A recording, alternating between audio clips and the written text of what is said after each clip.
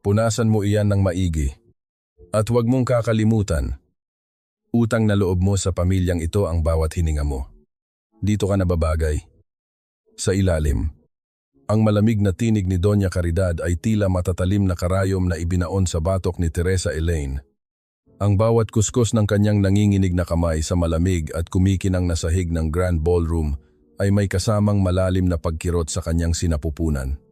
4 na buwan siyang nagdadalang tao. Pawis na pawis ang kanyang noo at namumutla ang kanyang mga labi. Ngunit pinilit niyang ikagat ang sakit para sa dangal ng pamilya de Vera. Para walang bisitang makapansin sa dumi. Handa siyang lumuhod sa harap ng daan-daang nagtataasang baso ng champagne at mga matang mapanghusga. Ang amoy ng maasim na red wine na sinadyang itapon ng kanyang biyenan upang iparamdam ang kanyang pwesto ay humahalo sa amoy ng sariling pagod at panginginig ng kanyang katawan. Ginagawa niya ito dahil mahal niya ang asawa niya. Ginagawa niya ito upang protektahan ang imahe ng lalaking nagbigay sa kanya ng pamilya. Ngunit ang pilit niyang pagtatagpi sa dangal ng pamilyang ito ay mapupunit lamang sa isang iglap. Ang mabigat na pagbukas ng malaking pinto ng Grand Ballroom ay tuluyang nagpatigil sa mahinang musika ng orkestra. Nahinto ang mga bulungan. Lumingon ang lahat. Mula sa kanyang pagkakaluhod, marahang iniangat ni Elaine ang kanyang paningin. Umaasa na ang pagdating ng kanyang asawa ay magiging kaligtasan niya mula sa kalupitan ng kanyang biyenan. Pumasok si Adrian, ang asawang pinag-alayan niya ng kanyang kabataan. Ang lalaking sinuportahan niya noong wala pa itong maipagmalaki. Ngunit ang kamay nito ay hindi nakahawak sa bulsa. At wala itong dalang pagtingin na naghahanap sa kanyang asawa. Ang mga daliri ni Adrian ay mahigpit na nakapulupot sa bewang ng isang babaeng balot sa mamahaling pulang seda. Si Vanessa. Habang naninigas si Elaine sa sahig. Ang mga tuhod ay basa ng alak. Naglakad si Adrian patungo sa gitna ng bulwagan. Ang matapang at matamis na halimuyak ng mamahaling pabango ni Vanessa ay mabilis na nilamon ang hangin. Pilit na tinatapakan ang amoy ng maasim na alak at paghihirap ni Elaine. Good evening, everyone. Bat ni Adrian. Ang boses nito ay puno ng kumpiyansa at pagmamalaki. Tonight is about celebrating perfection and success. And to mark this new chapter of De Vera Holdings, I want to formally introduce the woman who truly understands my vision. The woman who deserves to stand right here beside me. Vanessa. Ang basahan ay tuluyang dumulas mula sa mga nanginginig na daliri ni Elaine. Ang malamig na likido ay gumapang sa kanyang balat. Ngunit mas malamig ang yelong biglang bumalot at gumapang mula sa talampakan pataas sa kanyang gulugod. Wala siyang maiyak. Ang luha ay tila namuo at naging mga bubog na sumusugat sa kanyang lalamunan. Ang kanyang sikmura ay matinding bumaliktad. Hindi dahil sa paglilihi, kundi sa matinding pandidiri sa katotohanang sumampal sa kanyang mukha habang siya ay nakaluhod. Sinusubukang linisin ang dumi ng pamilyang ito. Ang mismong asawa niya ang nagbuhos ng pinakamalaking putik sa kanyang pagkatao. Ganito na lang ba ang halaga ko? Isang piping sigaw na dumudurog sa kanyang dibdib. Inialay ko ang buong buhay ko para maging matibay na hagdan mo. Pero bakit ako ang tinatapakan mo habang siya ang iniaakyat mo? Ang kahihiyan ay tila mainit na plansa na idinikit sa kanyang balat. Ang mga matang kanina ay nakatingin sa kanya nang may patagong awa. Ngayon ay puno na ng tahasang pagkutya. Isang asawang pinagpalit sa harap ng buong mataas na lipunan. Mula sa kanyang pagkakayuko, isang lumang kwintas na pilak ang dumulas mula sa loob ng kanyang damit. Isang simpleng singsing na nakasabit sa manipis na kadena ang tanging alaala ng kanyang nakaraan bago siya naging isang sunod-sunuran na De Vera. Kumislap ito sa ilalim ng mga ilaw na kristal. Tila isang tahimik na saksi sa pagdurog ng kanyang pagkatao. Humakbang si Adrian palapit sa unahan. Lumampas sa mga bisita. At tumapat mismo sa kinaroroonan ni Elaine. Ang dulo ng kanyang mamahaling sapatos, na kumikinang sa kalinisan, ay walang awang tumapak sa mismong basahang hawak ni Elaine. Muntik na nitong madurog ang mga nanginginig at namumulang daliri ng kanyang asawa. Tumingin si Adrian sa ibaba. Wala itong nakitang asawang naghihirap. Wala itong nakitang ina ng kanyang mga anak. Ang mga mata nito ay walang bakas ng pagmamahal. Tanging blanco ang pandidiri at inis. Can you clean yourself up? Elaine malamig na utos ni Adrian. Ang boses ay sapat lang para silang dalawa ang magkarinigan, ngunit sapat na para pumatay ng kaluluwa. Masyado ka nang nagpapakababa. Nakakahiya ka. You're ruining my perfect night. Ang bawat patak ng tubig mula sa gripo ay tila mabigat na hakbang ng oras na bumabaon sa pandinig ni Teresa Elaine. Umaga na. Ngunit ang dilim ng nagdaang gabi ay tila ayaw lumisan sa kanyang mga mata. Sa gitna ng malawak at modernong kusina ng mga De Vera, nakatayo siya sa harap ng nagbabagang kalan. Ang bawat hiwa niya sa sibuyas at bawang ay may kasamang panginginig. Hindi dahil sa lamig ng aircon, kundi dahil sa hapdi ng kanyang sinapupunan na tila nagre-rebelde sa pagod at stress. Ang amoy ng ginigising na bawang ay kumapit sa kanyang balat, sa kanyang buhok, at sa kanyang simpleng pambahay. Ito ang amoy ng kanyang buhay, ang amoy ng pagsisilbi. Sa kabilang dako ng mansyon, ang halimuyak ng mga mamahaling bulaklak at imported na sabon ay nananatiling sugal para sa mga taong ituturing siyang hangin. Dalian mo ang pagkilos. Elaine, ayaw ni Adrian ng malamig na agahan. At siguraduhin mong malinis ang bawat sulok ng dining table. Ayaw kong may makitang kahit anong mantsa na katulad ng iniwan mo kagabi sa ballroom. Ang boses ni Doña Caridad ay tila isang latigo na humahampas sa likod ni Elaine. Pumasok ang matanda sa kusina. Suot ang kanyang sutlang robe. Bawat hakbang ay puno ng autoridad. Hindi man lang ito tumingin sa namumutlang mukha ng manugang. Opo. Mama. Malapit na po itong matapos. Mahinang sagot ni Elaine. Ang kanyang boses ay tila isang tuyot na dahon. Huwag mo akong tawaging mama kung wala tayong ibang kasama. Alam mo ang pwesto mo. Pagtatama ng matanda habang tinitingnan ang kanyang mga kuko. Utang na loob mo sa pamilyang ito na hindi ka namin pinalayas kagabi pagkatapos mong gumawa ng eksena sa harap ng mga bisita. Isang hamak na tagalinis na nagpumilit pumasok sa pamilyang De Vera. Dapat ay marunong kang tumanaw ng pasasalamat sa pamamagitan ng pananahimik. Napayuko si Elaine. Ang bawat salita ay tila asin na ibinubuhos sa kanyang sariwang sugat. Utang na loob. Iyon ang tanikalang nakagapos sa kanyang mga paa sa loob ng 5 taon. Ang pakiramdam na kailangan niyang bayaran ang bawat sentimong ginastos ni Adrian para sa kanya. Kahit na ang totoo ay ang sariling lakas at kaluluwa na ang ibinibigay niya bilang pambayad. Narinig niya ang mabibigat na hakbang ni Adrian pababa ng hagdan. Agad na inayos ni Elaine ang pagkakalapag ng mga plato. Inihain niya ang paboritong omelette at sinangag ng asawa. Umaasa na kahit sa isang sulyap ay makikita niya ang lalaking minahal niya noon. Pumasok si Adrian. Bihis na bihis sa kanyang suit. Ngunit ang kanyang mukha ay kasing lamig ng marmol sa sahig. Hindi niya tinignan ang pagkain. Hindi niya tinignan ang asawang nagpuyat para ihanda ito. I'm leaving. I have an early meeting with Vanessa. Maikling sabi ni Adrian habang inaayos ang kanyang relo. Adrian, kahit konti lang, kailangan mong kumain. At kailangan din nating pag-usapan ang check-up ko ngayong araw. Pagmamakaawa ni Elaine. Ang kanyang kamay ay marahang humawak sa braso ng asawa. Mabilis na binawi ni Adrian ang kanyang braso. Tila nadidiri sa amoy ng bawang na kumapit kay Elaine. Can you smell yourself? Elaine, ang baho mo. Amoy kusina ka.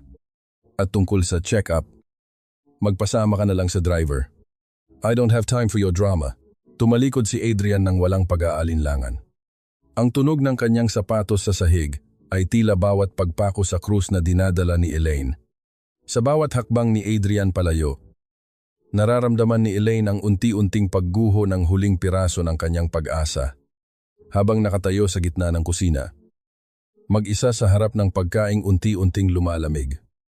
Napansin ni Elaine ang isang kakaibang bagay. Sa bulsa ng coat ni Adrian na naiwan sa upuan kagabi at balak sana niyang ipalaba. May isang maliit na papel na nakasilip. Isang medical laboratory result. Ngunit bago pa niya ito makuha, Mabilis itong kinuha ng isang katulong sa ilalim ng utos ni Doña Caridad na kanina pa pala nakamasid. Akin na iyan. Huwag mong pakikialaman ang mga bagay na hindi para sa iyo. Banta ng matanda. Nanatiling tahimik si Elaine. Ngunit ang kanyang isipan ay nagsimulang magtanong. Bakit tila may itinatago sila tungkol sa kanyang sariling kalusugan sa gitna ng katahimikan? Isang munting tinig ang bumasag sa tensyon. Pumasok ang maliit na si Leah, ang 4 na taong gulang na anak ni Elaine. Ang kanyang mga mata ay puno ng pagtataka habang may hawak na isang bagay na kulay ginto.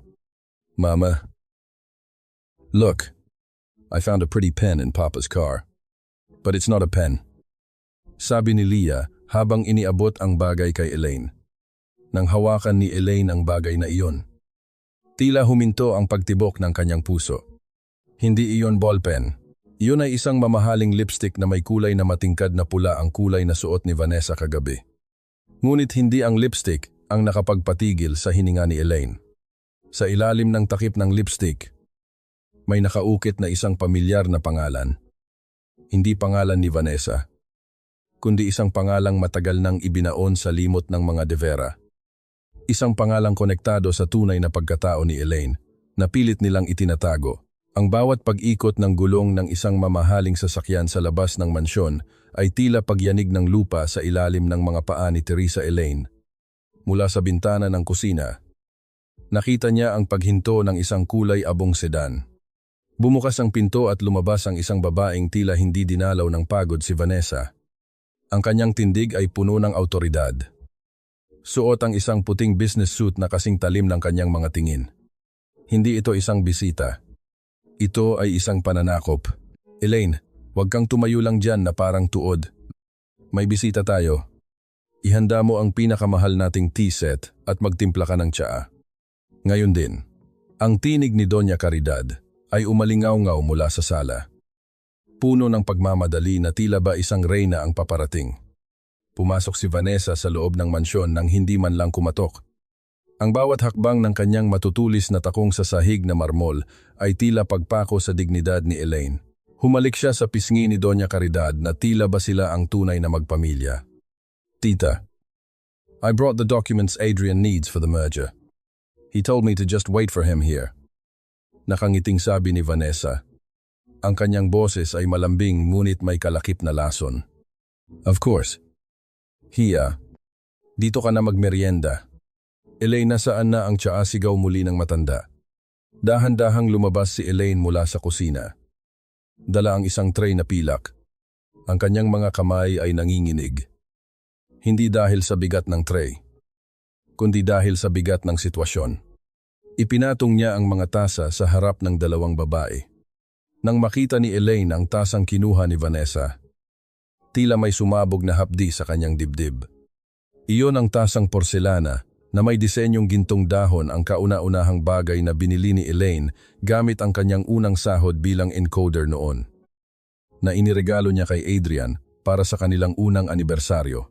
Isang simpleng alaala ng kanilang pagsisimula na ngayon ay hinahawakan ng ibang babae. Oh, this tea is exquisite. Elaine, you really have the soul of a servant. Natural na natural sa iyo ang mag-alaga ng iba, sabi ni Vanessa habang marahang humihigop mula sa tasa.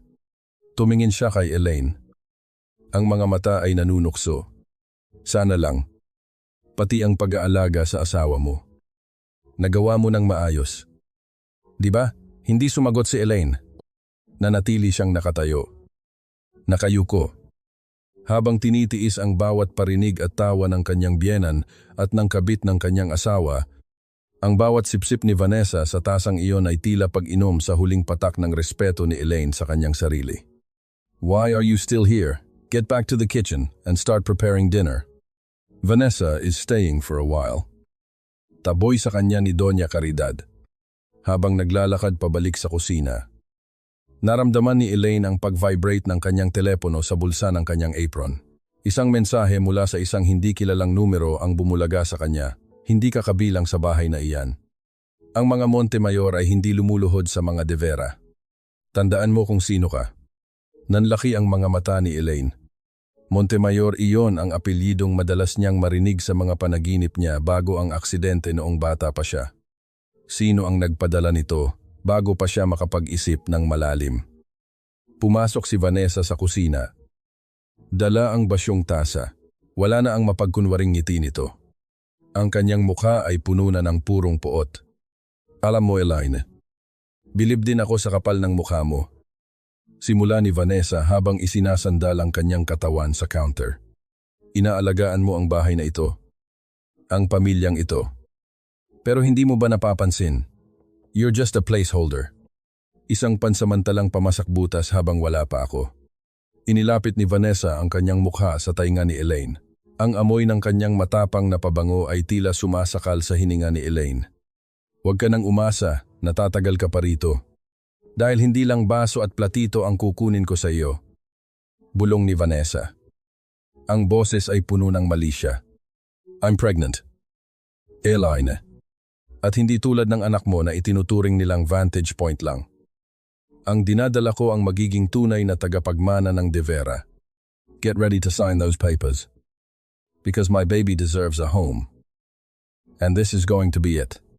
Ang silid-aklatan ni Doña Caridad ay tila isang kabaong nagawa sa mamahaling kahoy at malamig na hangin. Ang bawat libro sa paligid ay nakahanay ng perpekto.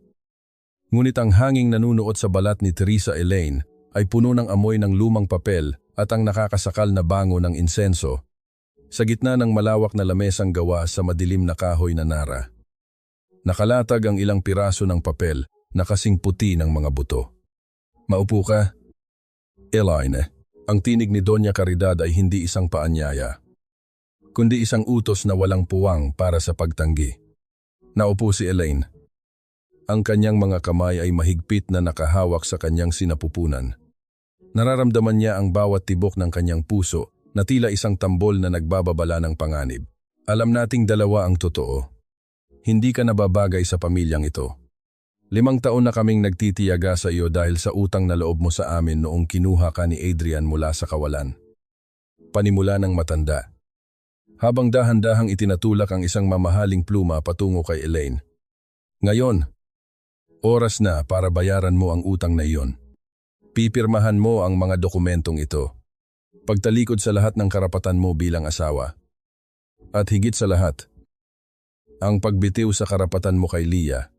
Tila tumigil ang pag-ikot ng mundo para kay Elaine. Ang anak ko, Mama. Bakit niyo ginagawa ito? Hindi ko maiiwan si Leah. Siya ang buhay ko. Huwag kang magmalinis. Elaine. Isang hamak na wala namang maipagmamalaki ang magpapalaki sa isang De Vera, mas mabubuhay ng maayos ang bata sa ilalim ng pangangalaga namin ni Adrian. Kasama si Vanessa, na handang maging tunay na ina sa kanya. Walang pakundangang sagot ni Doña Caridad. Ang kanyang mga mata ay naniningkit sa galit. Kung pipirma ka ngayon, bibigyan kita ng sapat na pera para makapagsimula ka sa malayo. Pero kung magmamatigas ka, sisiguraduhin kong sa kalsada ka pupulutin. At kahit kailan ay hindi mo na makikita ang anak mo. Tinitigan ni Elaine ang mga papel. Ang mga salitang nakalimbag doon ay tila mga anay na kumakain sa kanyang kaluluwa. Hawak-hawak niya ang mabigat na pluma. Ang dulo nito ay nakaturo sa linyang kikitil sa kanyang pagiging ina. Sa sandaling iyon, naramdaman niya ang isang mahina ngunit malinaw na sipa mula sa loob ng kanyang tiyan. Ang bata sa kanyang sinapupunan ay tila nagpapaalala sa kanya na hindi siya nag-iisa. Isang butil ng malamig na pawis ang gumapang mula sa kanyang sentido. Sa labas ng bintana, sa ilalim ng dilim ng gabi. Napansin ni Elaine ang isang itim na SUV na may hindi pamilyar na plaka na dahan-dahang dumadaan sa harap ng gate. Ang liwanag ng headlight nito ay tila isang mata na nagmamasid sa gitna ng kadiliman. Hindi ko po pipirmahan ito. Mahina, ngunit matatag na sabi ni Elaine. Inilapag niya ang pluma sa ibabaw ng lamesa. Nagbago ang anyo ni Doña Caridad. Ang kanyang mapagkunwaring kahuwayan ay napalitan ng isang mapanganib na puot. Tumayo siya at hinampas ang lamesa. Ang tunog ng kanyang palad sa kahoy ay umalingaw-ngaw sa buong silid, gaya ng isang pagguho. Lapastangan, akala mo ba ay may pagpipilian ka sigaw ng matanda? Guard, dalhin ang babaeng ito sa storage room sa likod. Huwag niyo siyang pakakawalan hanggang hindi niya natututunan kung paano sumunod at kunin niyo ang kanyang telepono. Pumasok ang dalawang lalaking nakauniporme. Walang awang hinawakan nila ang mga braso ni Elaine. Sa gitna ng kanyang pagpiglas, ang tanging nakikita niya ay ang malupit na ngiti ni Doña Caridad. Mama, maawa kayo. Ang anak ko, Leah, pagsusumamo ni Elaine habang kinakaladkad siya palabas. Dinala siya sa isang madilim at masikip na silid sa dulo ng mansyon, isang bodega na puno ng mga lumang gamit at amoy ng alikabok. Ang mabigat na pinto ay isinara at ang tunog ng susi na pinihit sa trangka ay tila huling hantungan ng kanyang pag-asa. Sa loob ng kadiliman, napaupo si Elaine sa malamig na semento. Niyayakap ang kanyang sarili habang ang bawat hikbi ay nilalamon ng katahimikan. Ngunit sa gitna ng kanyang kawalan ng malay, ang kanyang kamay ay may nakapang isang maliit na bagay sa loob ng kanyang bulsa na nakalimutang kunin ng mga guwardiya, ang lumang singsing na pilak na nakasabit sa kanyang kwintas. Habang hinahawakan niya ito, tila may isang mainit na lakas na dumadaloy sa kanyang mga daliri, isang alaala ng isang pangalang hindi niya dapat kinalimutan. Ang kadiliman sa loob ng bodega ay tila isang malapot na putik na dahan-dahang lumalamon sa bawat hininga ni Teresa Elaine. Ang amoy ng amag, alikabok, at lumang kahoy ay humahalo sa alat ng kanyang mga luha. Nakasandal siya sa malamig na pinto. Ang kanyang mga daliri ay dahan-dahang kinakapa ang trangka ng pinto na gawa sa kinakalawang na bakal. Ang bawat tibok ng kanyang puso ay tila isang babala, isang paalala na ang bawat segundong lumilipas ay ninanakaw ang kanyang pagkakataong makasama ang kanyang anak. Mula sa malayo, sa kabilang panig ng makapal na pader, isang matinis na iyak ang bumasag sa katahimikan. Mama, gusto ko kay mama. Ang boses ni Leah ay tila isang patalim na humiwa sa kaluluwa ni Elaine.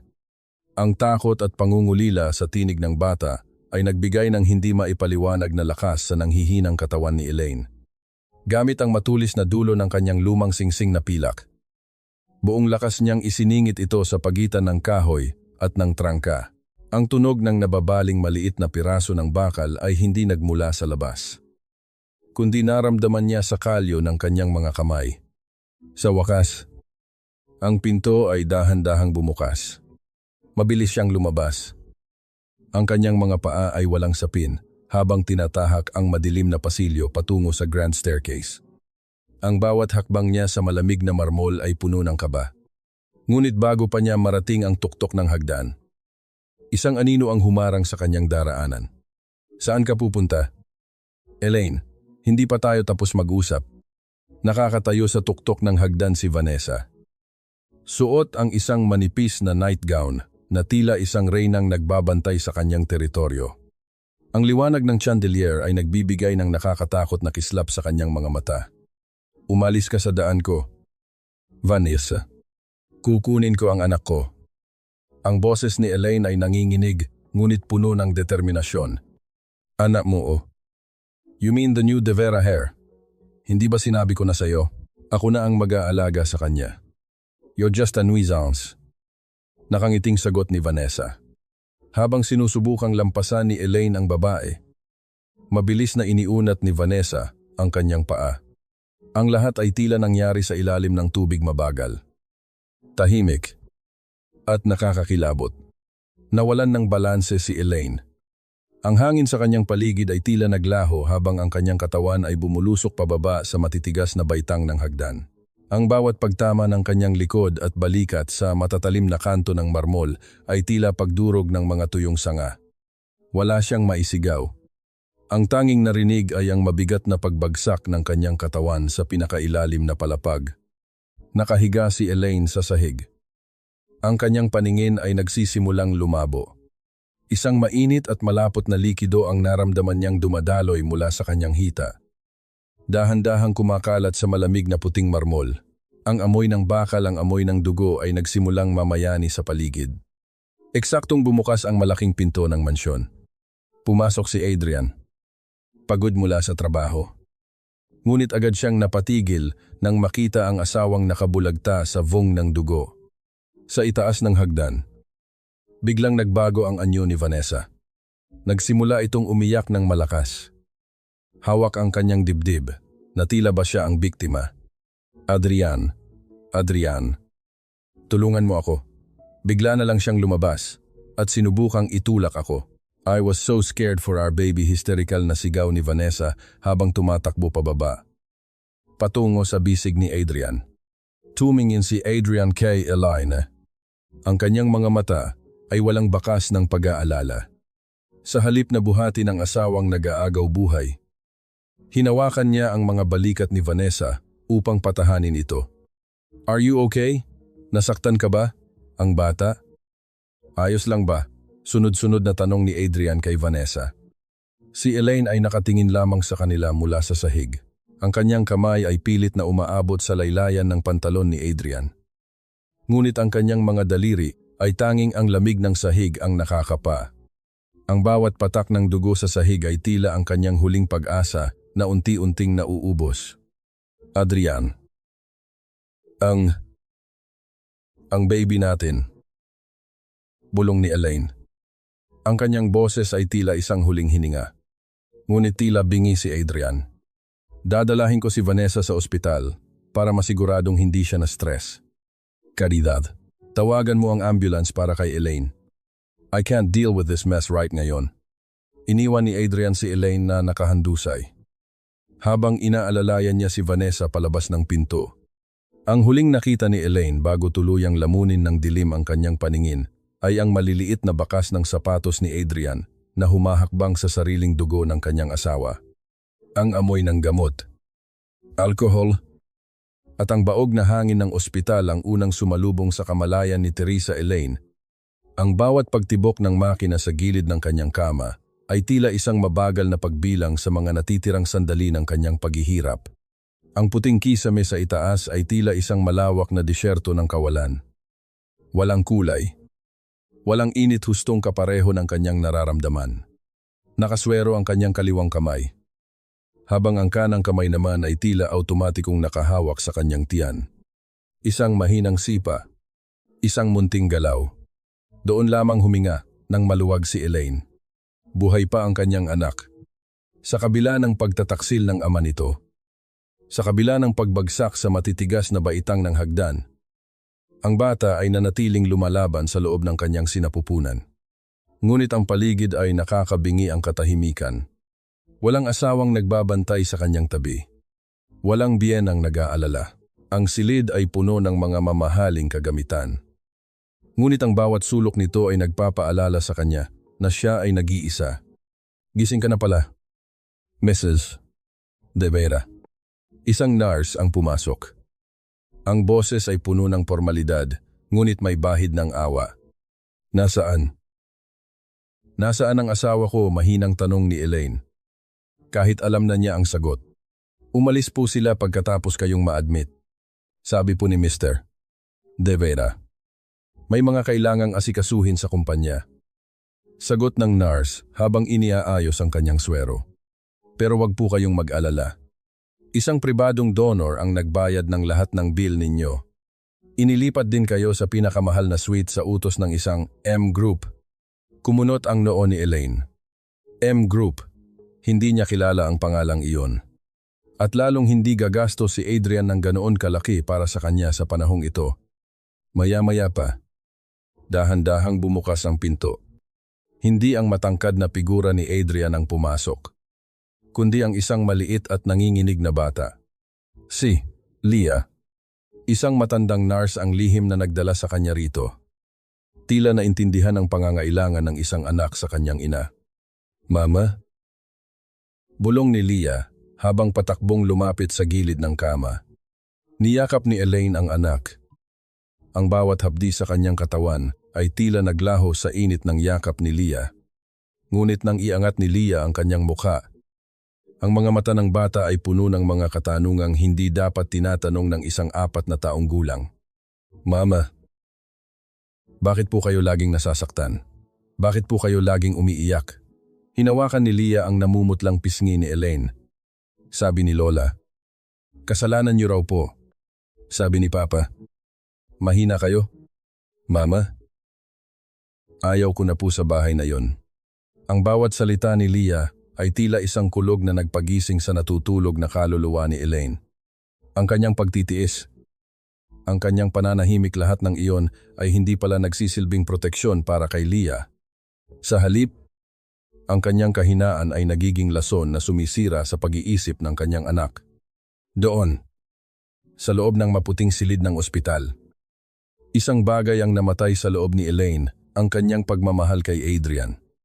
At isang bagay ang muling isinilang, ang kanyang galit na may kasamang layunin. Hindi na tayo babalik doon na laging umiiyak. Leah, pangako ni Mama. Bulong ni Elaine.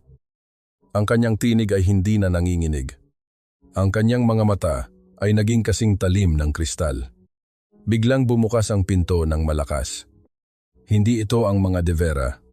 3 matatangkad na lalaki. Suot ang mga dekalidad na suit na kulay itim at uling. Ang pumasok sa silid. Ang bawat hakbang nila ay nagdadala ng bigat at autoridad na tila kayang magpayuko sa buong paligid.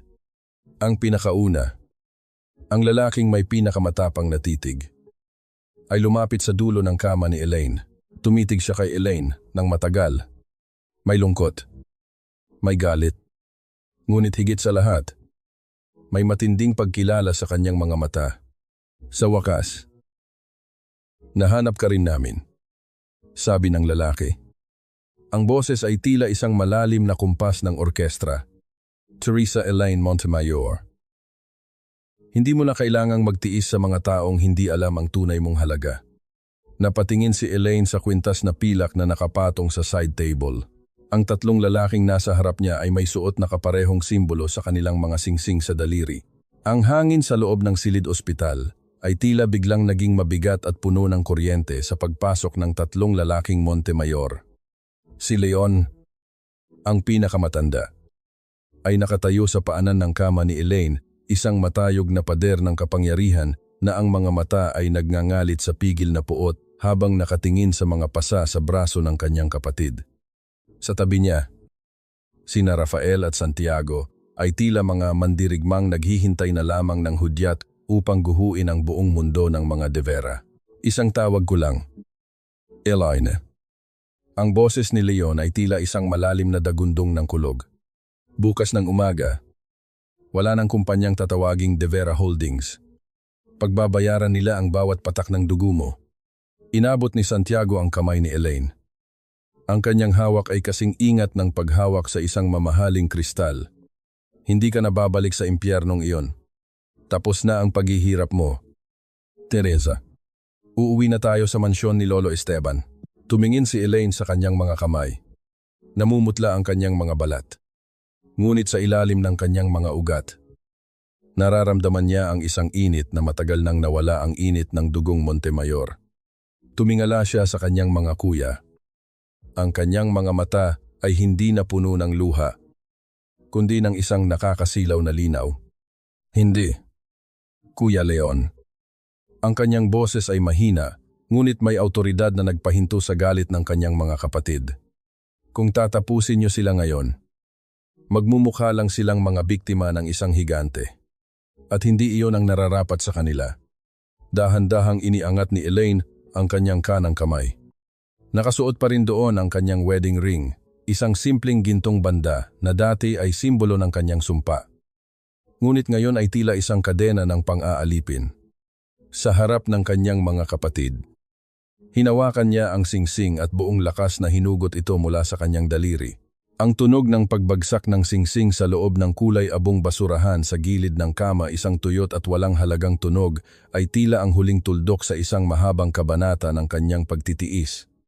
Ayaw kong iligtas niyo lang ako, patuloy ni Elaine, habang ang kanyang titig ay nakapako sa kawalan. Gusto kong makita nila ang bawat pader ng kanilang kaharian na gumuho sa ilalim ng sarili nilang mga kasalanan. I want them to realize that the servant they stepped on is the very same person who holds their lives in her hands. Nagkatinginan ang 3 magkakapatid. Nakita nila sa mukha ni Elaine ang anino ng kanilang lolo, ang talino, ang pasensya, at ang nakakatakot na kalmado bago ang bagyo. Anong balak mo?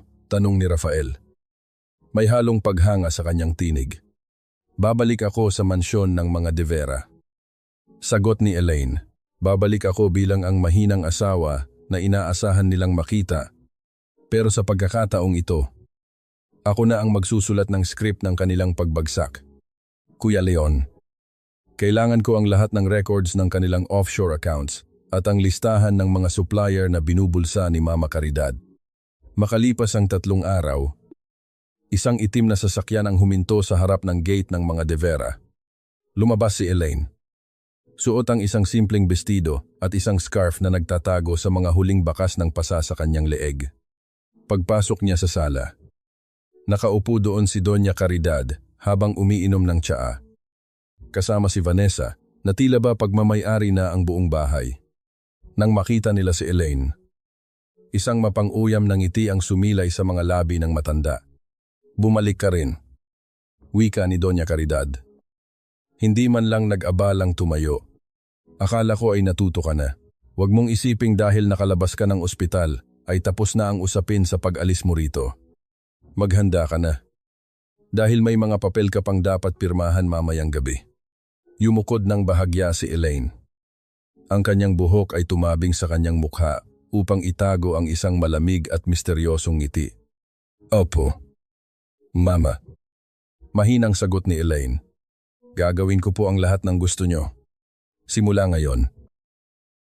Wala na po akong gagawin kundi ang pagsilbihan ang pamilyang ito.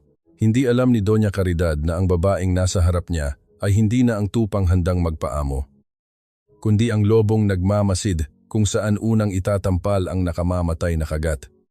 Ang bawat tunog ng kutsara at tinidor na tumatama sa mamahaling porselana ay tila mga hudyat ng isang papalapit na digmaan sa loob ng marangyang dining room ng mga De Vera.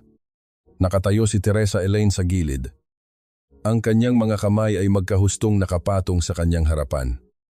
Ang ulo ay bahagyang nakayuko, isang perpektong larawan ng isang asawang natalo at muling nagpasakop. Sa harap niya, parang mga haring nakaluklok sa kani-kanilang trono sina Adrian at Doña Caridad. Habang si Vanessa ay prenteng nakaupo sa tabi ni Adrian. Hinihimas ang kanyang tila wala pa namang umbok na tiyan. Ang sarap ng pagkakaluto sa roast lamb na ito. Elaine, wika ni Vanessa. Ang boses ay puno ng mapang-uyam na tamis. Sana lang ay hindi masyadong napagod ang baby ko sa panonood sa iyo sa kusina kanina. You know, stress is bad for the heir of De Vera. Hindi sumagot si Elaine. Lumapit siya at dahan-dahang sinalinan ng sariwang red wine ang baso ni Doña Caridad. Ang kanyang bawat kilos ay kalkulado. Tahimik at walang kalatis. Hayaan mo siya. Vanessa. Hirit ni Doña Caridad habang tinitingnan si Elaine mula ulo hanggang paa. Diyan siya magaling ang maging anino. Mabuti naman at natauhan ka na. Elaine, ang isang asawang tulad mo ay dapat marunong lumugar. In fact, Adrian and I decided to hold a grand party next week. It's for Vanessa's official introduction and to celebrate the new expansion project. Tumingin si Elaine kay Adrian. Ang kanyang asawa ay hindi makatingin ng diretso sa kanya. May kakaibang kaba sa mga mata nito. Isang panginginig ng mga daliri habang hawak ang baso ng alak. Alam ni Elaine kung bakit. Salamat sa impormasyong ipinadala ni Leon. Alam niyang ang De Vera Holdings ay unti-unti nang kinakain ng sarili nitong utang dahil sa mga palyadong investment ni Adrian sa ibang bansa. Gagawin ko po ang lahat ng paghahanda. Mama, mahinang sagot ni Elaine. Nang matapos ang hapunan, dinala ni Elaine ang mga gamit sa kusina.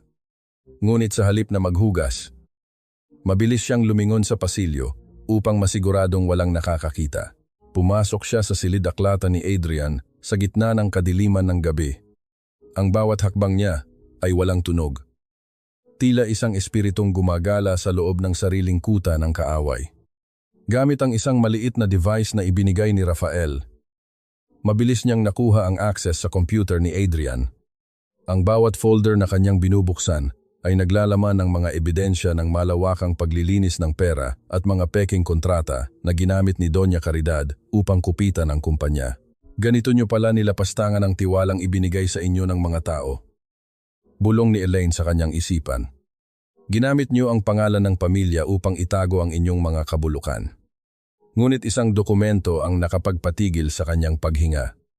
Hindi ito tungkol sa kumpanya. Ito ay isang personal na kontrata. Dahan-dahang binasa ni Elaine ang mga nakasulat. Ang kanyang mga mata ay naningkit sa tindi ng revelasyon.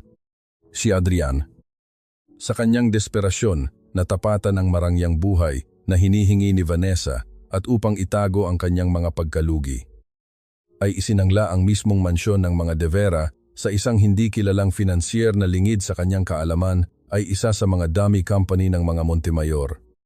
Ang mansyong kinatatayuan nila ngayon, ang simbolo ng kanilang dangal at kapangyarihan, ay hindi na sa kanila.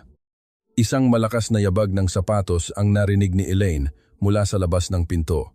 Mabilis niyang tinanggal ang device at pinalitan ang posisyon ng mga gamit sa lamesa. Sa isang iglap, bumukas ang pinto at iniluwan ito si Adrian na amoy alak at mukhang balisa. Anong ginagawa mo rito, singhal ni Adrian? Ang kanyang boses ay puno ng hinala. Tumingin si Elaine sa kanya nang may maamong mukha. Habang hawak ang isang basahan, naglilinis lang po ako. Adrian, nakita ko kasing marumi ang lamesa mo. Ayaw ko namang mapagalitan ni Mama. Tinitigan siya ni Adrian ng matagal. Tila naghahanap ng anumang bakas ng pagtataksil. Ngunit ang nakita niya lang ay ang mahinang asawa na laging sumusunod sa kanya. Umalis ka na. Huwag kang papasok dito nang wala ang permiso ko. Pagtataboy ni Adrian. Tumalikod si Elaine. Ang kanyang mga kamay ay mahigpit na nakakuyom sa loob ng bulsa ng kanyang apron. Habang naglalakad siya sa madilim na pasilyo, isang malamig na ngiti ang sumilay sa kanyang mga labi. Ang party sa susunod na linggo ay hindi magiging selebrasyon ng kanilang tagumpay. Ito ang magiging gabing hinding-hindi nila malilimutan ang gabi kung kailan ang kanilang pinakamalaking kasinungalingan ay sasabog sa kanilang mga mukha. Ang amoy ng mga puting liryo ay bumalot sa bawat sulok ng mansyon ng mga De Vera. Isang halimuyak na tila nagmula sa isang marangyang kasalan. Ngunit para kay Teresa Elaine, ito ay amoy ng isang paparating na libing. Ang mga kristal na chandelier ay nagniningning ng husto. Nagbibigay ng mapanlinlang na liwanag sa mga taong ang mga puso ay puno ng kadiliman. Ito ang araw ng mahalagang pagtitipon ng mga shareholder ng De Vera Holdings. Kasabay ng anunsyo ng bagong yugto ng pamilya. Sa loob ng kanyang silid, nakatayo si Elaine sa harap ng salamin. Hindi na niya suot ang kanyang apron. Sa halip, ang kanyang suot ay isang itim na silk dress na kasing pino ng gabi. Yakap ang kanyang katawan at ang umbok ng kanyang sinapupunan ng may pagmamalaki. Ang kanyang mukha, na dati ay laging nakayuko, ngayon ay nakatingala ng may determinasyong hindi matitinag. Elaine, nasaan ka na bang babae ka? Bakit hindi ka pa nakababa sa kusina? Ang mga bisita ay magsisidatingan na. Ang sigaw ni Doña Caridad mula sa pasilyo ay tila isang basag na plaka. Dahan-dahang binuksan ni Elaine ang pinto. Nang makita siya ng matanda, napatigil ito. Nanlaki ang mga mata ni Doña Caridad sa gulat at galit nang makita ang anyo ng kanyang manugang. Anong kahibangan ito?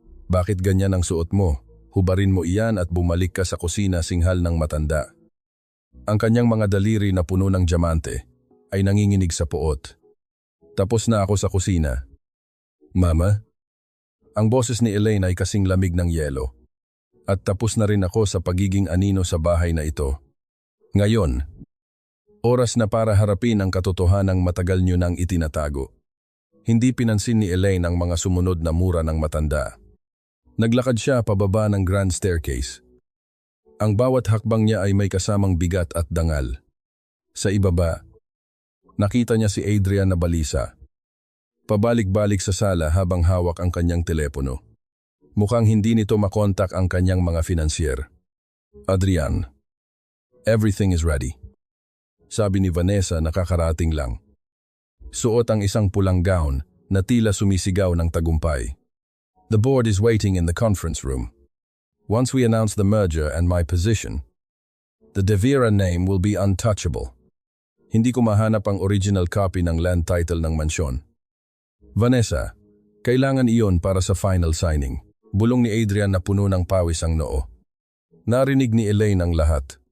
Isang mapait na ngiti ang sumilay sa kanyang mga labi habang dahan-dahan siyang lumalabas ng mansyon patungo sa naghihintay na itim na sasakyan sa labas. Hindi siya tatakas. Pupunta siya sa kumpanya ang lugar kung saan guguho ang lahat ng pinaghirapan ni Adrian. Pagkalipas ng ilang sandali, sa boardroom ng De Vera Holdings, ang atmosfera ay tila isang sumasabog na bulkan. Ang mga shareholder ay nagbubulungan. Nagtataka kung bakit wala pa ang chairman. Si Adrian ay pumasok. Kasunod si Doña Caridad at Vanessa. Pilit na itinatago ang kaba sa likod ng mga peking ngiti. Good afternoon, everyone. Simula ni Adrian habang tumatayo sa harap. Today, we secure the future of De Vera Holdings. But before we proceed with the merger, I have been informed that a new majority shareholder has recently acquired 51% of our total stocks. This person is here today to join the board. Ang mga shareholder ay nagkagulo. Isang bulong ang gumapang sa buong silid, gaya ng apoy sa tuyong damo. Sino ang may sapat na yaman para mabili ang kontrol sa De Vera sa loob lamang ng ilang araw? Who is this person? Adrian tanong ng isa sa mga matatandang board member. Sino ang may lakas ng loob na sakupin ang kumpanya natin nang walang pasabi, eksaktong bumukas ang malaking pinto ng boardroom. Ang tunog ng mga sapatos na tumatama sa sahig ay tila mga martilyo na nagpapako sa kaba sa dibdib ni Adrian. Tatlong matatangkad na lalaki ang mga Montemayor ang pumasok. Ang kanilang tindig ay nagpatahimik sa lahat. Ngunit ang mas nakapagpabagsak sa panga ni Adrian at Doña Caridad ay ang babaeng nasa gitna nila. Si Teresa Elaine. Hindi na siya ang asawang humihingi ng tawad. Hindi na siya ang manugang na lumuluhod sa sahig. Siya ay nakatayo ng tuwid. Ang kanyang mga mata ay nagniningning sa kapangyarihan habang hawak ang isang makapal na folder ng mga dokumento. Elaine, anong ginagawa mo rito? Umalis ka rito bago kita maipahiya, sigaw ni Adrian. Ang kanyang mukha ay namumula sa galit at kahihiyan. Tumingin si Elaine sa asawa. Isang tingin na puno ng matinding kawalan ng pakiramdam. Huwag kang mag-alala.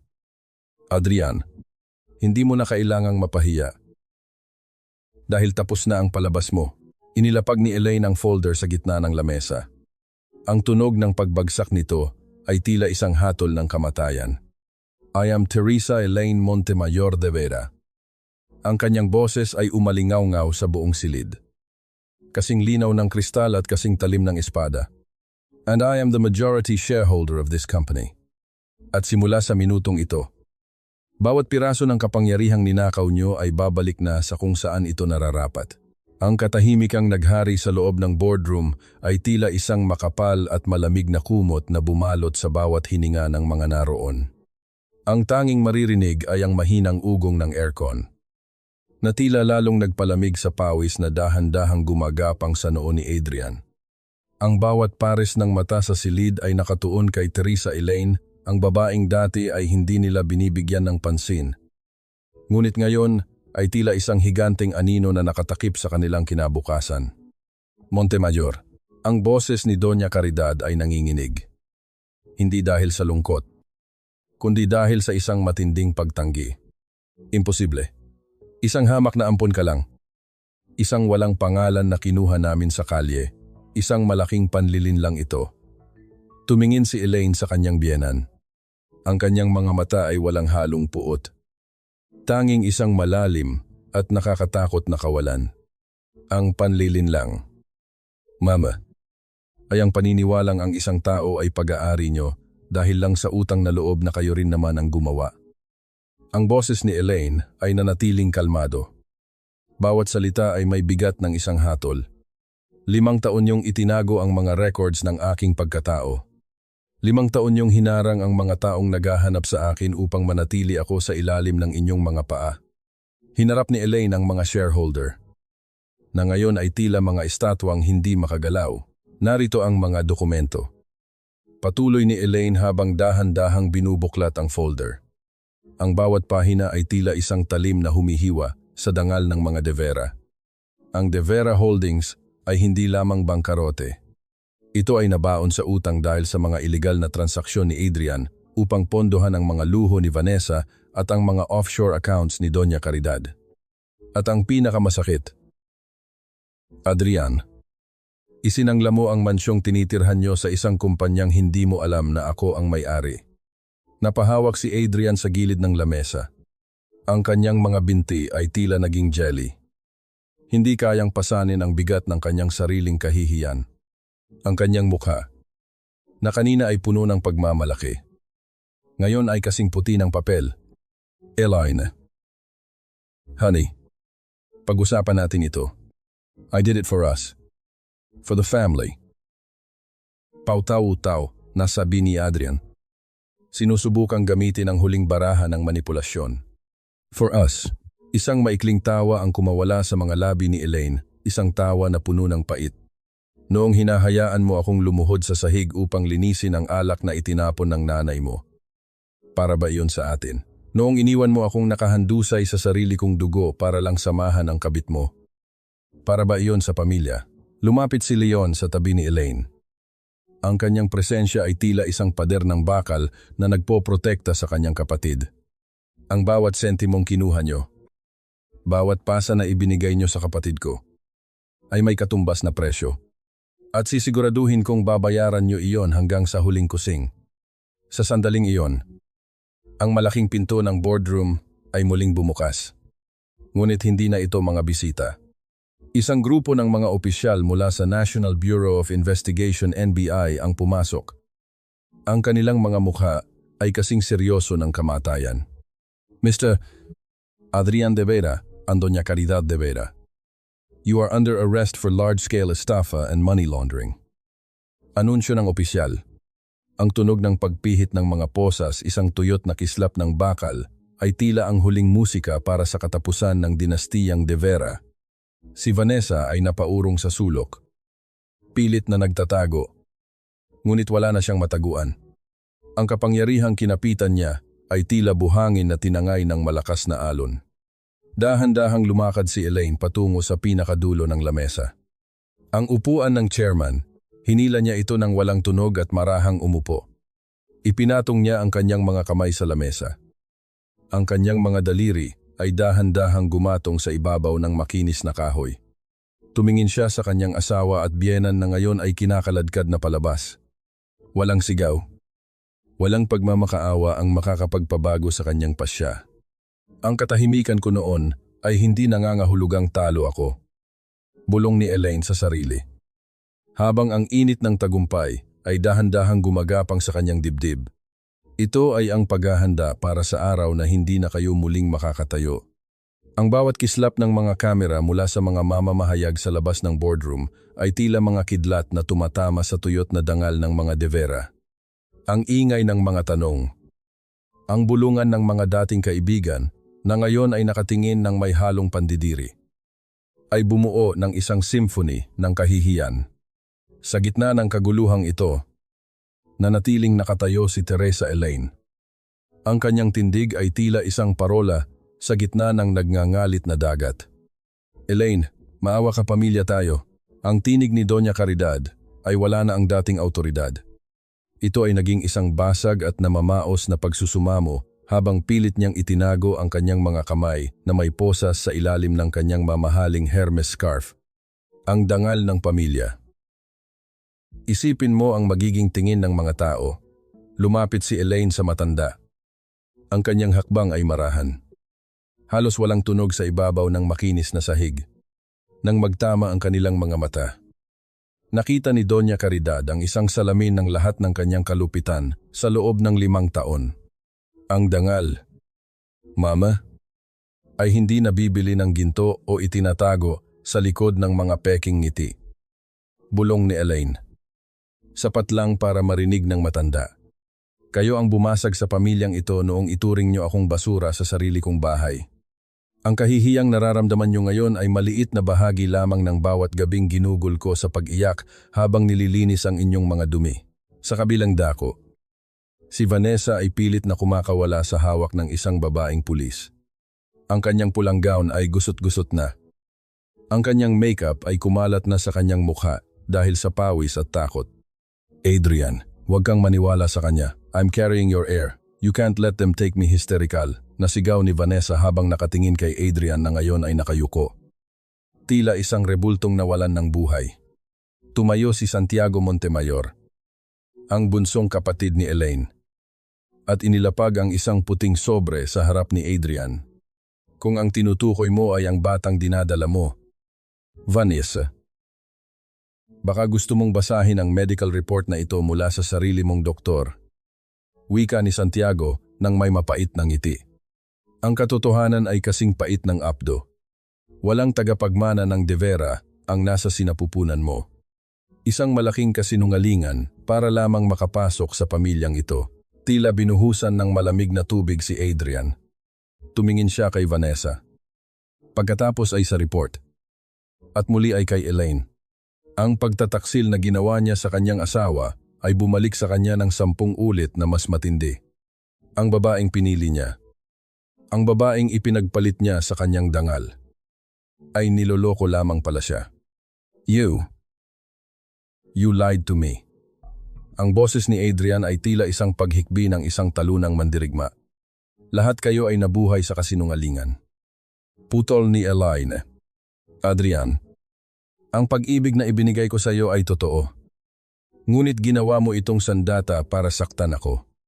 Ngayon, wala na ang kumpanya, wala na ang mansyon, at wala na rin ang babaeng akala mo ay magliligtas sa iyo habang kinakaladkad sila palabas. Ang bawat hakbang ng mga De Vera ay sinasabayan ng tunog ng mga sapatos na nagmamadaling lumayo sa kanila. Ang amoy ng kanilang tagumpay noon ay napalitan ng maasim na amoy ng pagkatalo at ang malansang katotohanan ng kanilang mga krimen. Naiwan si Elaine sa loob ng boardroom kasama ang kanyang mga kapatid. Ang katahimikang bumalik ay hindi na nakakasakal. Ito ay puno ng kapayapaan. Tumingin siya sa labas ng bintana, kung saan ang araw ay dahan-dahang lumulubog. Nagbibigay ng kulay kahel na liwanag sa lungsod na ngayon ay nasa ilalim na ng kanyang kapangyarihan. Hinawakan ni Leon ang balikat ni Elaine. Tapos na. Teresa, malaya ka na. Huminga ng malalim si Elaine. Ang bigat sa kanyang dibdib na dala niya sa loob ng 5 taon ay tila naglaho na parang usok. Ngunit alam niya, ang tunay na laban ay hindi ang pagpabagsak sa mga kaaway, kundi ang muling pagbuo sa sarili at ang pagprotekta sa kinabukasan ng kanyang mga anak. Ang huling sulyap ni Teresa Elaine sa mansyon ng mga De Vera ay hindi puno ng pait, kundi ng isang malalim na pag-unawa. Ang mga pader na dati ay tila mga rehas ng kanyang bilangguan ay unti-unti nang binabalot ng katahimikan habang ang mga kagamitan ay isa-isang nilalabas para sa liquidation. Ang amoy ng alikabok at lumang alaala ay dahan-dahang tinatangay ng hanging galing sa labas, hanging malinis, sariwa, at puno ng amoy ng paparating na ulan. Nakatayo si Elaine sa harap ng gate. Ang kanyang kamay ay mahigpit na nakahawak sa maliit na kamay ni Leah. Ang bata ay nakatingin sa kanya ng may ngiti. Isang ngiting wala ng bahid ng takot. Mama, aalis na po ba tayo sa malaking bahay na ito? Tanong ni Leah. Anak, pupunta na tayo sa bahay kung saan hindi na natin kailangang magtago. Sagot ni Elaine habang hinahaplos ang buhok ng anak. Isang matandang sasakyan ang huminto sa gilid ng kalsada. Bumaba si Adrian. Wala na ang kanyang suit na gawa sa mamahaling tela. Ang kanyang hitsura ay tiyope. Ang mga mata ay lubog at puno ng pagsisisi. Nakalaya siya pansamantala sa pamamagitan ng bail na binayaran ng kanyang mga huling natitirang kaibigan. Ngunit ang kanyang pagkatao ay habambuhay ng may mantsa. Elaine. Sandali lang. Ang boses ni Adrian ay nanginginig. Lumapit siya. Ngunit huminto nang makita ang 3 magkakapatid na Montemayor na nakatayo sa likuran ni Elaine gaya ng mga anino ng proteksyon. Tiningnan siya ni Elaine. Walang galit sa kanyang mga mata. Tanging isang malawak na distansya na hindi na kailanman matatawid ni Adrian. Anong kailangan mo? Adrian, tanong ni Elaine. Ang kanyang tinig ay kasing dulas ng sutla, ngunit kasing matigas ng brilyante. Patawarin mo ako. Elaine, nagkamali ako. Akala ko ay para sa atin ang lahat. Hay- Hayaan mong maging ama ako kay Leah. Pagsusumamo ni Adrian. Ang kanyang mga kamay ay pilit na umaabot sa direksyon ni Elaine. Ang pagiging ama ay hindi isang titulo na ibinibigay dahil lang sa dugo. Adrian. Sagot ni Elaine. Ito ay pinaghihirapan. Hinayaan mong masaktan ang anak mo dahil sa sarili mong ambisyon. Hinayaan mong ituring siyang gamit sa loob ng sarili niyang tahanan. Humakbang palapit si Elaine. Ang kanyang presensya ay tila nagpapaliit sa figura ni Adrian. Bibigyan kita ng pagkakataong makita ang anak mo. Dahil karapatan niya ang makilala ang kanyang ama, pero huwag kang aasa na babalik ako sa iyo. Ang babaeng minahal mo noon ay matagal mo nang pinatay sa bawat sampal ng iyong pananahimik. Patuloy ni Elaine. Ang kaharap mo ngayon ay si Teresa Elaine Montemayor. At sa mundong ito, Adrian, ikaw na ang walang pangalan. Tumalikod si Elaine nang walang pag-aalinlangan. Ang tunog ng pagsasara ng pinto ng sasakyang naghihintay sa kanya, isang mabigat at matatag na tunog ay tila huling tabon sa hukay ng kanyang nakaraan. Sa loob ng sasakyan, niyakap niya si Leah at ang kanyang sinapupunan. Hindi na siya ang asawang kailangang magmakaawa para sa pagmamahal. Siya na ngayon ang arkitekto ng kanyang sariling kapalaran. Sa mga sumunod na buwan, itinatag ni Elaine ang Montemayor Healing Foundation, isang santuaryo para sa mga kababaihang nakaranas ng pang-aabuso at kawalan ng katarungan. Ginamit niya ang bawat sentimong nakuha niya mula sa pagbagsak ng De Vera upang bigyan ng boses ang mga piping tulad niya noon. Ang bawat silid sa foundation ay hindi amoy alak o luha, kundi amoy ng mga bagong simula at pag-asa. Isang hapon, habang naglalakad si Elaine sa hardin ng kanyang bagong tahanan, nakita niya ang kanyang tatlong kuya na nakikipaglaro kay Leah. Ang tunog ng tawa ng bata ay humahalo sa huni ng mga ibon. Ang sikat ng araw ay banayad na tumatama sa kanyang balat. Nagbibigay ng init na hindi nakakasunog. Hinawakan ni Elaine ang kanyang tiyan. Nararamdaman niya ang malakas na tibok ng puso ng kanyang ikalawang anak. Ang batang ito ay hindi isisilang sa isang laungson, kundi sa isang tahanang puno ng katotohanan. Napagtanto ni Elaine na ang tunay na tagumpay ay hindi ang makitang nagdurusa ang mga kaaway, kundi ang makitang ang sarili ay buo na muli. Ang bawat sugat ay naging peklat, at ang bawat peklat ay naging bahagi ng kanyang ganda at lakas. Ang isang babae ay maaaring magtiis sa ngalan ng pag-ibig. Ngunit kapag ang kanyang dignidad na ang tinapakan, ang kanyang pagbangon ay magiging kasing lakas ng isang bagyong hindi kayang pigilan ng kahit anong pader. Ang dapit hapon ay dahan-dahang naglalatag ng kulay gintong kumot sa malawak na hardin ng mansyong Montemayor. Hindi ito ang nakasisilaw at mapanlinlang na liwanag ng mga kristal na chandelier sa kuta ng mga De Vera, kundi isang malamyos at tapat na sikat ng araw na humahalik sa mga talulot ng mga bagong sibol na rosas. Ang hangin ay hindi na amoy alak o laso ng panunumbat. Sa halip, ito ay puno ng halimuyak ng bagong luto na tinapay at ang sariwang amoy ng damo pagkatapos ng dilig. Sa gitna ng hardin, ang 6 na taong gulang na si Leah ay masayang hinahabol ang isang makulay na paru-paro. Ang kanyang boses, na dati ay puno ng kaba, ngayon ay tila isang malinaw na awit na humahalubilo sa huni ng mga ibon. Sa isang tumba-tumba sa veranda, nakaupo si Teresa Elaine habang kalong ang kanyang ikalawang anak, isang malusog na sanggol na lalaki na pinangalanan niyang Gabriel, na ang kahulugan ay lakas ng Diyos. Ang bawat marahang pag-ugoy ng upuan ay tila isang kumpas ng kapayapaang matagal niyang ipinaglaban. Isang itim na sasakyan ang huminto sa malayo. Sa labas ng malaking gate ng mga Montemayor, isang lalaki ang bumaba, si Adrian. Wala na ang kintab ng kanyang dating kapangyarihan. Ang kanyang balikat ay bahagyang nakakuyom, at ang kanyang mukha ay may mga guhit ng pagod na hindi na mabubura ng kahit anong yaman. Nanatili siya sa labas. Hihintayin ang hudyat ng mga guwardiya bago payagang pumasok para sa kanyang oras ng pagbisita. Mula sa malayo, pinagmasdan ni Adrian ang eksena. Nakita niya ang kanyang dating asawa hindi bilang isang lingkod na nakayuko, kundi bilang isang reynang puno ng dangal. Nakita niya ang kagalakan ni Leah na hindi niya kailanman naibigay noong sila ay magkasama pa. Ang katotohanang siya ay naging isang estranghero sa sarili niyang pamilya ang siyang pinakamabigat na parusang bitbit niya sa bawat hakbang. Mama, nandyan na po si Papa. Wika ni Leah habang tumatakbo patungo kay Elaine. Ngumiti si Elaine. Isang ngiting hindi na naghahanap ng pagkilala mula sa iba. Si, anak, puntahan mo na siya. Pero huwag kang lalayo sa paningin ni Kuya Leon. Tumayo si Elaine ng dahan-dahan. Ang kanyang tindig ay matatag. Ang kanyang bawat kilos ay puno ng biyaya. Sa loob ng ilang taon, ang Montemayor Foundation ay naging kanlungan ng libu-libong kababaihan. Ang bawat kwentong kanyang pinakinggan, ang bawat luhang kanyang pinunasan, ay nagsilbing gamot sa kanyang sariling mga sugat. Lumapit sina Leon, Rafael, at Santiago sa kanyang tabi. Ang tatlong haligi ng kanyang buhay ay nanatiling nakabantay. Hindi dahil kailangan niya ng tagapagligtas, kundi dahil siya ay karapat-dapat sa pagmamahal.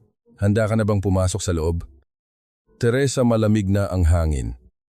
Malambing na tanong ni Leon. Sandali na lang. Kuya, sagot ni Elaine. Tumingin siya sa langit na ngayon ay puno na ng mga bituin. Gusto ko lang damhin ang liwanag. Ang tagal ko ring nanirahan sa dilim. Nakalimutan ko nang ang ganda pala ng mundong ito kapag ikaw na ang may hawak ng sarili mong bukas. Sa loob ng mansyong De Vera, na ngayon ay isa na lamang museo ng mga alaala. Marahil ay nanatili ang amoy ng luma at mapait na alak. Ngunit dito, sa ilalim ng bubong ng mga Montemayor, ang tanging nananatili ay ang init ng pagmamahalan at ang kadalisayan ng katotohanan. Ang isang babae ay parang isang ginto na kailangang dumaan sa matinding apoy upang lumabas ang tunay nitong kislap. Si Teresa Elaine ay hindi lamang nakaligtas, siya ay nagtagumpay. At sa bawat gabi nahahalik ang kanyang ulo sa unan. Wala na siyang ibang maririnig kundi ang katahimikan ng isang malinis na konsensya at ang pintig ng isang pusong sa wakas ay nahanap na ang kanyang tahanan. Wala nang longson, wala nang peking dangal. Tanging ang malayang pag-ibig na nagmumula sa pagpapahalaga sa sarili. Dahil sa dulo ng bawat teleserye ng buhay, ang tunay na karma ng mga nangapi ay ang makita kang masaya, matatag, at hindi na kailangan pang lumingon sa kanila.